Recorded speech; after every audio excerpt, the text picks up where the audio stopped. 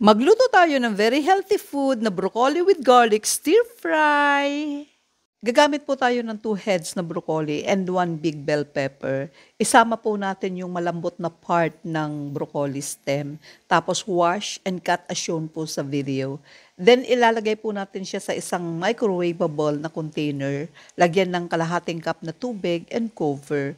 I-microwave po natin ng 2 minutes or depende po gaano kadami ang lulutuin ninyo.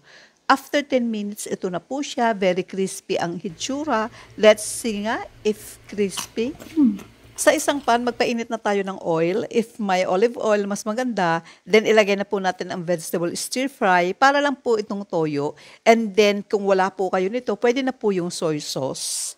Isunod na po natin yung garlic, tapos mix ng konti, and then pwede na natin ilagay yung broccoli and bell pepper. Mix very well, and season na lang po natin ng konting ground black pepper, and it's ready to go. Ang bilis, di ba? Few minutes lang, may healthy ulam ka na. So ano pang inaantay nyo? Kainan na!